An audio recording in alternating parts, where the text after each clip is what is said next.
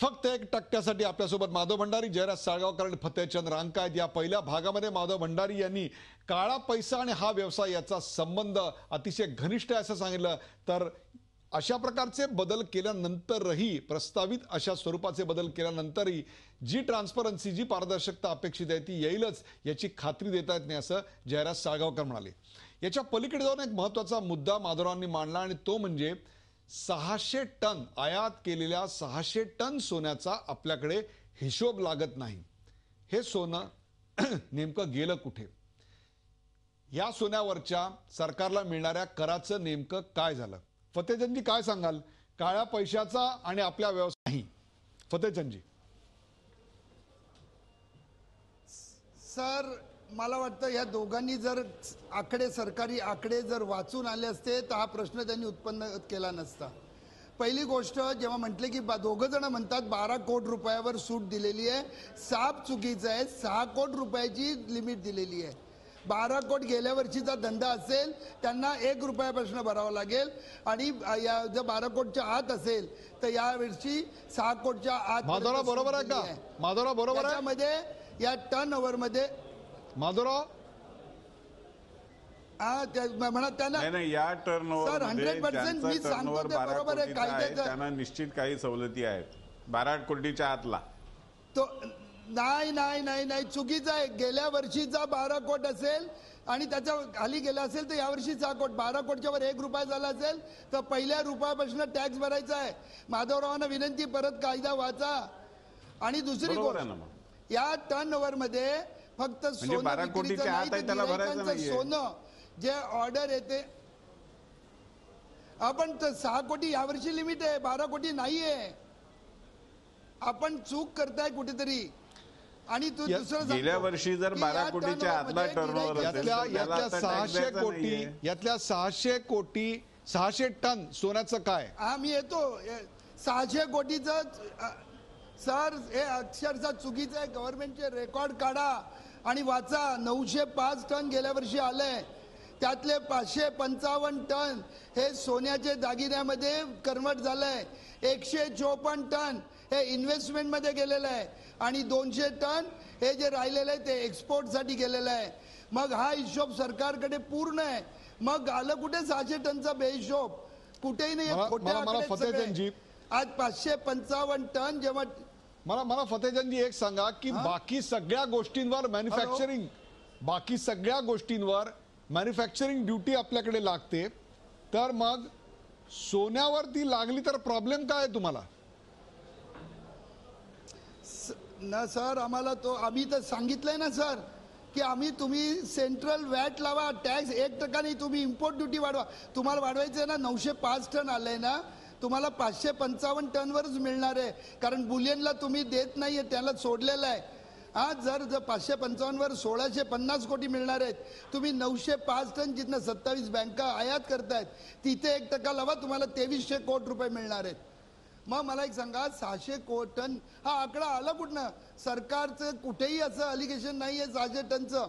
आणि एक लक्षात ठेवा की हे जेव्हा कन्व्हर्जन होत आहेत, आज बाकीचे एक आपल्याकडे भारतीय परंपरा मी सांगतो, आज आपला कुठलाही व्यक्ती आपल्या जे घरातला मृत झाला की त्याच्या तोंडामध्ये सोन्याची तार ठेवली जाते.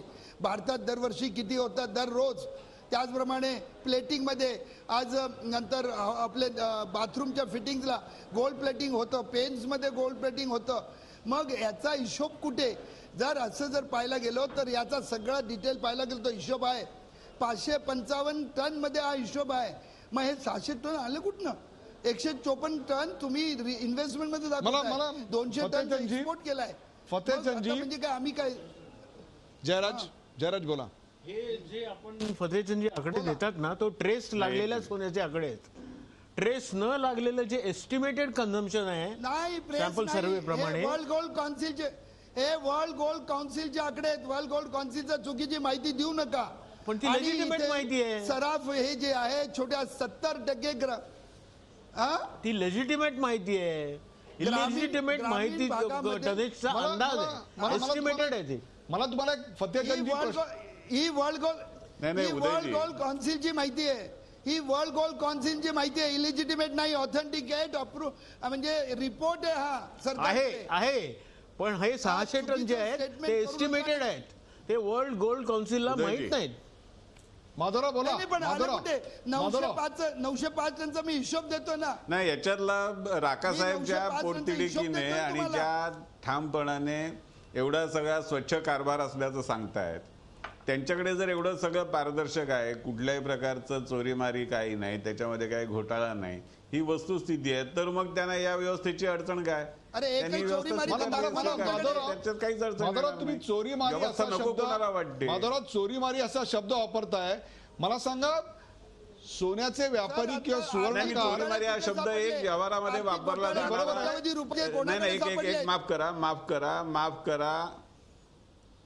एक मिनिट, मी चोरीमारी हा शब्द व्यवहारामध्ये नाही बरोबर आहे. प्रचार म्हणून मला- वापरतात त्या अर्थाने वापरलेला आहे. मी अगदी- सुवर्णकारांच्या अगदी- आरोप करताय चोरीमारीचा शब्द प्रयोग चोरीमारी. केलेला नाही. तुम्ही फक्त सोन्या चांदीवर फतेहचान- चोरीमारीचा आरोप फतेहचान करता आपण कसं काय? चर्चा अजिबात पुढे केलेलं नेऊया. नाही.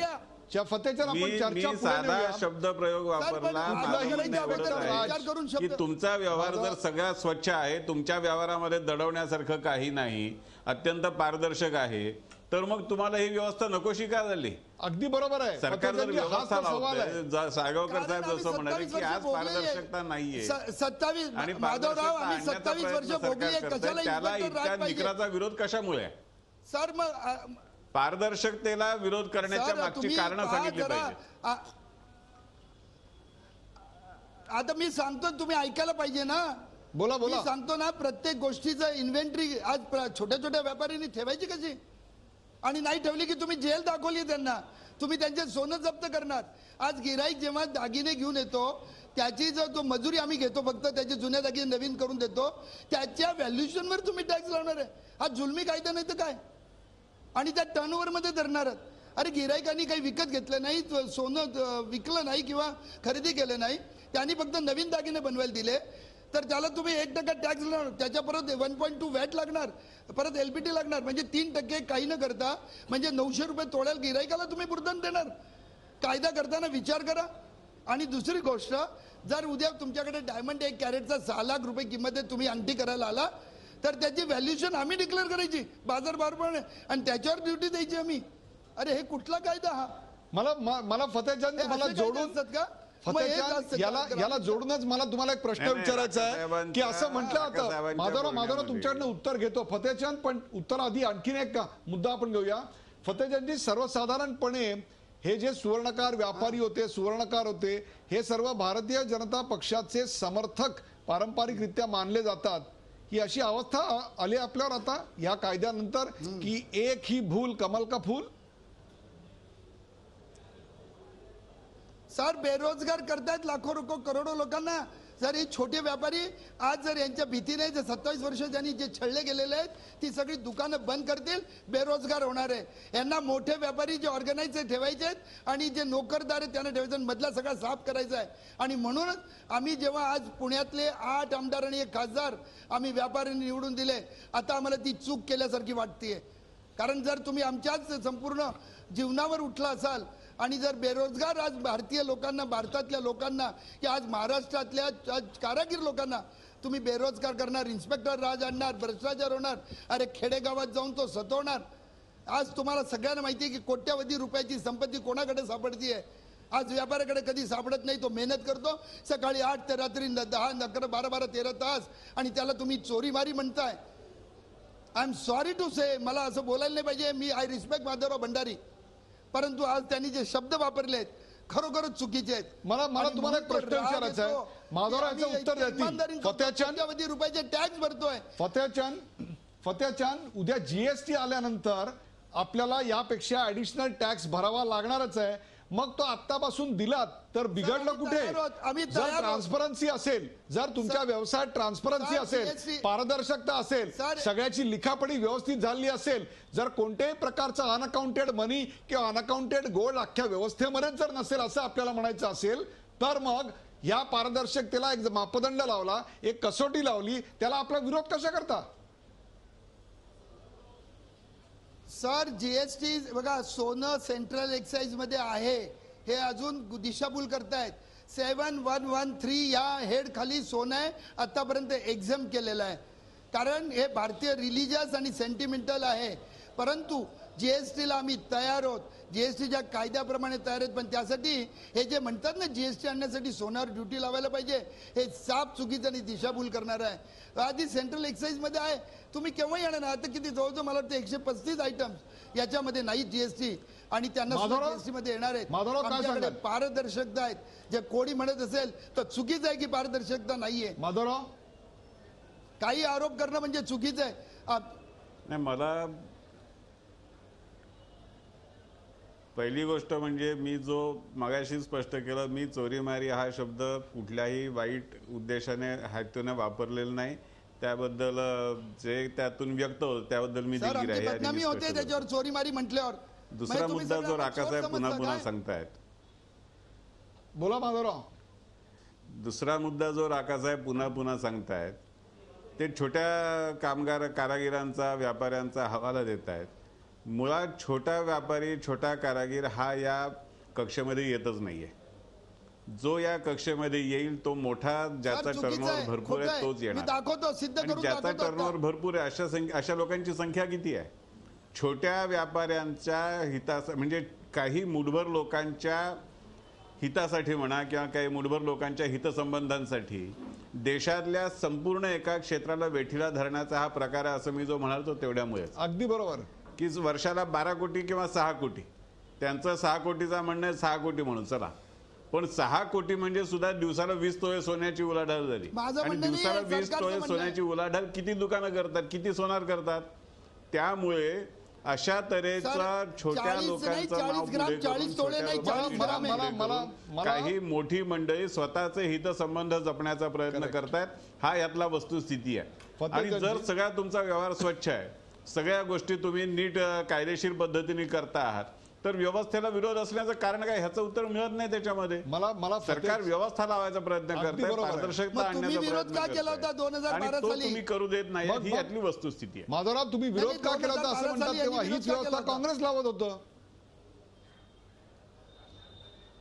हो, पण आम्ही समजा विरोध नोंदवला, आम्ही विरोध केला म्हणजे आम्ही काय संप करायला नव्हतो गेलो. हा खरा मुद्दा आहे. प्रश्नाचे झालेले प्रश्न होते ते उपस्थित केले. फतेहचंदजी आंदोलन करून या देशाची कर प्रणाली ठरवायचा अधिकार आपल्याला आहे का?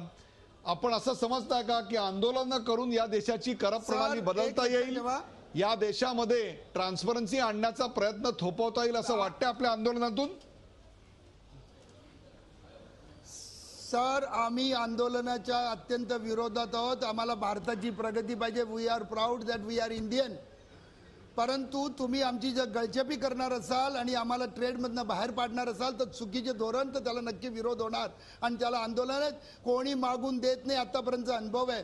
आणि हे जे म्हणतात ना छोटे सोडलेत, 6 करोड रुपयामध्ये सर 95% आज छोटे व्यापारी येत आहेत. त्यांचा टर्नओव्हर म्हणजे सेल प्लस गिराईकाकडनं जमा झालेले सोनं नवीन करणं, त्याची व्हॅल्यू सर 95% आज येत आहेत. हे चुकीचं बोलतायत. त्यांनी जरा आमच्या दुकानी, छोट्या व्यापाऱ्यांच्या दुकानी जाऊन बसावं. ते 40 तोळे म्हणतायत ना, फक्त 40 ग्राम म्हणजे 4 तोळ्याचा व्यवहार 6 कोटी रुपयामध्ये येऊन जातो. आणि त्यात 5 कोटी 40 लाखाला तुम्हाला रजिस्ट्रेशन करायचं आहे. प्लीज माझी एक आहे की तुम्ही जेव्हा कुठलं स्टेटमेंट करता आमच्याबरोबर येऊन बसा, छोट्या व्यापाऱ्यांकडे येऊन बसा आणि प्रणाली पान काय आहे. आज सगळा व्यापारी यंग जनरेशन आलंय आणि सगळेजण आज सचोटीने धंदा करायला पाहतात. आज सरकार असे कायदे आणून या सगळ्या तरुण वर्गाला आज परत वाम मार्गाला लावायचं चाललेलं आहे. हे चुकीचं आहे. म्हणून हा विरोध आहे. आंदोलन आम्ही त्यासाठी करत नाही, करायला करत नाही आहोत, कर प्रणालीला करत नाही. आम्ही तर ऑफर देतोय की कर लावा. आंदोलन करून या देशाची कर प्रणाली ठरवता येऊ शकते असा मेसेज 2012 साली गेला होता. तसाच आता जर सरकारने मागे घेतलं तर असाच मेसेज जाईल पुन्हा. आंदोलन करून जर का एखादा निर्णय सरकारला मागे घ्यायला लागला तर ते सरकारला लांछनास्पद असतं. सरकार कधी असा निर्णय सहसा मागे घेत नाही. जर का अगदीच महत्त्वाची गोष्ट, पाण्याचा प्रश्न असेल किंवा युद्ध प्रश्न असेल, तर सरकारला असा विचार करावा लागतो. ही मागणी इलॅस्टिक आहे. सरकार याबद्दल सिरियस असणार नाही. हा ट्रायब्युनल आहे, इतर मार्ग आहेत. महाराष्ट्रात आणि देशात दुष्काळ आहे, इतर महत्त्वाचे प्रश्न आहेत. त्यात रंगाजीने एवढा हट्ट धरू नये अशी मी त्यांना नम्रपणे विनंती करतो. रांकाजी, आता चर्चा नेमकी कुठल्या पातळीवर आहे? माधवराव म्हणतात की 3 सदस्यीय समिती. दुष्काळासाठी आतापर्यंत आमच्यावर कारभार लावून घेतलाय. फतेहचंदजी, तुम्ही ऐकून घ्या मी काय म्हणतो ते, की आता चर्चा नेमकी कोणत्या पातळीवर आहे? माधवराव म्हणतायत की अजूनही चर्चा सकारात्मक आहे, याच्यातनं सुवर्णमध्य निघेल, याच्यातनं तोडगा निघेल असं ते म्हणतायत. आजच मी पाहिलंय की कल्याण ज्वेलर्स असतील, तनिष्का असेल, केरळा असेल, तामिळनाडू असेल, इथले सगळे रिपोर्टर्स सांगतात की तिथली दुकानं उघडलेली आहेत. याचा अर्थ तुमचं आंदोलन व्यर्थ होतं असा मी आरोप करणार नाही, पण यातून काही मार्ग निघण्याच्या दृष्टिकोनातून आपली जी भूमिका आहे, आपण जो स्टान्स पोझिशन घेतलेली आहे, ती पोझिशन कुठेतरी डायल्यूट करायला, ती पोझिशन पासून थोडं मागे हटायला आपण तयार आहात की नाही? की तुम्ही आमच्यावर जो टॅक्स लावायचा आहे तो एक व्हॅट याच्या प्रणालीमध्ये तुम्हीच म्हणता आम्ही व्हॅट प्रमाणे लावू, व्हॅट प्रमाणे लावा. बाकी तुम्ही आमचं जे इन्स्पेक्टर राज सगळे 12 रजिस्टर, तुमचे व्हेरिफिकेशन, प्रिमायसेस, सगळे चलनं, हे सगळे बाद करा. फक्त टॅक्स लावा. आम्ही द्यायला तयार आहोत, कारण भारताचा विकास आम्हाला हवा आहे. माधवराव काय सांगाल? नको आहे. माधवराव, हा सुवर्णमध्य असू शकतो का? कारण आता जवळपास 1.25 महिना झाला, 1.5 महिना झाला, हा सुवर्णमध्य असू शकतो का? सामान्य माणसाला समजणारा अर्थ इतकाच आहे की सरकारने हवं तर कर लावावा, पण आमच्याकडे कसलाही हिशेब मागू नये. हा जो काही यातला आग्रह आहे, मी आपल्याला एक बोललेलं नाही. की मला स्वतःला निश्चित विश्वास आहे की सरकार आणि ह्या व्यवसायाशी संबंधित लोक हे चर्चेतून मार्ग काढू शकतात. चर्चा करून त्याच्यामध्ये अडचणी सोडवण्यासाठी अर्थमंत्र्यांनी सुद्धा स्पष्ट केलं की ह्याच्यातल्या अडचणी सोडवायला आम्ही निश्चित पुढाकार घेऊ, त्या सोडवण्यासाठी काय करावं लागेल ते करू. पण अडचणी सोडवण्यासाठी काय करावं लागेल ह्याच्याबद्दल काही न सुचवता तुम्ही व्यवस्थाच लावू नका, हा जो सांगितलं जातं, हे जे सांगितलं जातं, व्यवस्थाच लावू नका, हा आग्रह हा सहसा हा मान्य होणारा आग्रह नाही. व्यवस्था लावायला विरोध करणं याचा अर्थ तुम्हाला काहीतरी दडवायचं असा होतो. आणि जर आपल्याकडे दडवण्यासारखं काही नसेल तर व्यवस्था लावू द्या. व्यवस्था लागलं काय बिघडलं? जयराजजी, याच्यामध्ये कॉम्प्रोमाइज माधवरावांना विनंती आहे त्यांनी करावी याच्यामध्ये मध्यस्थी. जयराजजी, माधवरावांनी किंवा कुठेतरी मध्यस्थी करून हा प्रश्न मिटवा. आता सरकारला काय, जयराज, फक्त 14% लोक या देशात नेटच्या जाळ्यात आहेत किंवा जे टॅक्स भरतायत, तो टॅक्सचा बेस आपल्याला वायडर, जास्तीत जास्त मोठा करणं ही आपली गरज आहे. या प्रकरणातून तो टॅक्सचा बेस वाढण्याची शक्यता होती, ती देखील आता कुठेतरी खुंटलेली आहे. टॅक्स विड्रॉ केला तर ती खुंटेल, किंवा असं करता येईल की जेव्हा सीएसटी लागेल तेव्हा 1% वाढवून हा टॅक्स मागे घेतो. जयराज, $150 बिलियन आतापर्यंत नुकसान झालंय अर्थव्यवस्थेचं. याला जबाबदार कोण? हे बडे सुवर्ण व्यापारी का सरकारचं धोरण? हे नुकसान झालंय म्हणजे काय झालंय? हा काय पूर आलेला नाहीये सर, सरकारची धोरणं झालेली आहे. हे परसिव्ड नुकसान आहे, हे काय खरं नुकसान नाहीये. नुकसान झालंय ते कारागिरांचं झालंय आणि इन्व्हेंटरीमुळे जे मोठे लोक आहेत त्यांचं झालेलं आहे. परंतु तो काय एवढा मोठा प्रश्न आहे या क्षणी असं मला वाटत नाही. आणि त्यातून तोडगा काढून, त्यांनी मार्ग काढून त्या कारागिरांवर छोटी मोठी करूनच हे सगळं निर्माण झालं. याचं कारण भारत हा जगातला. नाही, उदयजी, माधवराव बोला. Madhavrao please go ahead. Udayji, या पद्धतीने जर आपण एक एक विषय हाताळायला लागलो तर सरकारला कुठलंही काम करता येणार नाही, सरकारला कुठलाही कर वसूल करता येणार नाही, सरकारला कुठलाही कर बसवता येणार नाही. त्यामुळे ही जी पद्धत आहे ही काम करण्याची पद्धत असू शकते. बरोबर आहे. आंदोलन करून या देशाची कर प्रणाली, परसिव्ड नुकसान आहे, आंदोलन करून या देशाची कर प्रणाली ठरवता येणार नाही. 990 कोटी हे जरी एक प्रकारे परसिव्ड किंवा अपेक्षित असलेलं नुकसान आहे तरी ते प्रत्यक्ष नुकसान नाही. परंतु प्रेक्षको, सोने व्यापाऱ्यांच्या संपामागं नेमकं काय काळबेर आहे याची चर्चा आपण गेले तासभर पाहिली. काळ्या पैशाचं निर्मूलन ही केंद्रातल्या भाजप सरकारची बांधिलकी आहे. काळ्या पैशाला आळा घालणं हाच 1% अबकारी शुल्क लागू करण्यामागचा खरा उद्देश आहे, असं भाजपनी वेळोवेळी सांगितलेलं आहे. बडे व्यापारी हे छोट्या व्यापाऱ्यांना वेठीला धरतायत असा आरोप देखील भाजपच्या प्रवक्त्यांनी यावेळी केला. पण संपकरी सराफा व्यापाऱ्यांनी हे आरोप सपशेल आज फेटाळून लावलेले आहेत. सोने व्यापारात काळा पैसा आहे, मग एकाही व्यापाऱ्याला काळ्या पैशाच्या मुद्देमालासकट अटक का बरं करण्यात आली नाही आजवर, असाही त्यांनी सवाल केला. सोने व्यापारी काळं धन साठवतात, मग 2012 मध्ये भाजपनं त्यांना पाठिंबा का दिला होता, असा बिनतोड युक्तिवाद देखील त्यांनी सरकारला केलाय. आमचा कर द्यायला विरोध नाही, मात्र या केंद्रीय अबकारी कराच्या कायद्याच्या माध्यमातून सोने व्यापाऱ्यांची छळवणूक होण्याची त्यांना जास्त भीती वाटते. परंतु या व्यापारात काळं धन नाही हे म्हणणं अर्थतज्ञांना आज मान्य नाही हे देखील पुढे आले. ज्या अर्थी 600 टन सोनं गायब होतं दरवर्षी, त्याचा हिशोब लागत नाही, त्याचाच अर्थ सोन्याच्या व्यवहारात काळा पैसा आहे. मात्र केवळ 1% अबकारी कर लावून पारदर्शकता येईल असं वाटत नाही. याकडे देखील अर्थतज्ञांनी आपलं लक्ष वेधलंय. प्रेक्षको, या संपाला आता 42 दिवस उलटून गेले. दिवस लग्न सरायचे आहेत. अशावेळी सोने व्यापाऱ्यांनी आणि सरकारने देखील सामंजस्यानं घ्यायला हवं असं प्रामाणिकपणे वाटतं. आपापल्या भूमिकांवर हटून बसलं तर यातून मार्ग काहीच निघणार नाही. हा तिढा सोडवायचा असेल, सुवर्णमध्य काढायचा असेल तर कोण आणि कसा पुढाकार घेणार यावरच घोडं अडलंय का असं मला वाटतं.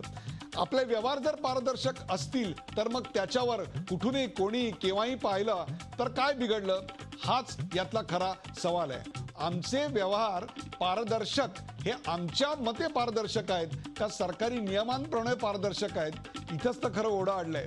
बघूया येत्या काळात काही होतंय, परंतु पुढच्या काही दिवसात हा तिढा सुटणार एवढं मात्र नक्की. कारण असा दिवसेंदिवस संप चालू राहणं हे सुवर्णकारांसाठी योग्य नाही आणि अशा प्रकारे आपली हक्काची मतपेटी दूर जाणं भाजपलाही योग्य नाही.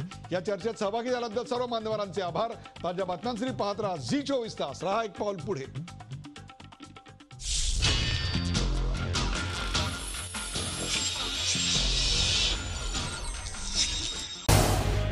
झी 24 तास रहा एक पाऊल पुढे.